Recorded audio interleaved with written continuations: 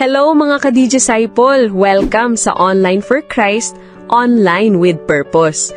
Dito sa ating podcast, sabay-sabay nating tatalakayin ang mga bagay na nakakaapekto sa ating pananampalataya at araw-araw na buhay. At sa episode na ito, pag-uusapan natin ang isang bagay na siguradong nararanasan ng lahat, ang temptation. Paano nga ba ito gumagana at paano natin ito malalabanan bilang mga Kristiyano? Mga ka-faith, siguro lahat tayo may sariling kwento ng tukso. Minsan, simpleng bagay lang, tulad ng pagsasabi sa sarili na, konti lang ang kakainin ko, pero naubos mo ang isang buong cake. Minsan, mas mabigat, tukso na gumawa ng mali kahit alam mong hindi ito ayon sa kalooban ng Diyos.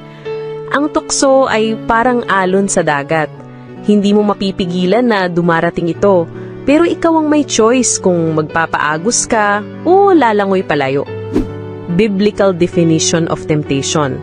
Sa Biblia, malinaw na ipinaliwanag sa Santiago 1 verses 14 to 15. Ang tao ay natutukso kapag siya'y naaakit at nagpapadala sa sarili niyang pita. Kapag ito'y naipaglihina, nagbubunga ito ng kasalanan. At kapag ang kasalanan ay ganap na, nagbubunga ito ng kamatayan. Kaya tandaan natin, ang tukso ay hindi pa agad kasalanan, pero kapag pinayagan nating tumubo ito sa isip at puso, doon na nagiging panganib. Jesus and temptation. Even Jesus was tempted. Sa Matthew 4 verses 1 to 11, makikita natin na sa ilang, gutom na gutom si Jesus at tinukso ng dyablo na gawing tinapay ang mga bato. Pero tumugon siya sa pamamagitan ng salita ng Diyos na hindi lamang sa tinapay nabubuhay ang tao, kundi sa bawat salitang nagmumula sa bibig ng Diyos. Mga kapatid, ito ang magandang balita. Kung si Jesus mismo dumaan sa tukso at nagtagumpay, ibig sabihin pwede rin tayong magtagumpay kung susunod tayo sa Kanya. Paano ba gumagana ang tukso? 1. Nagsisimula sa isip.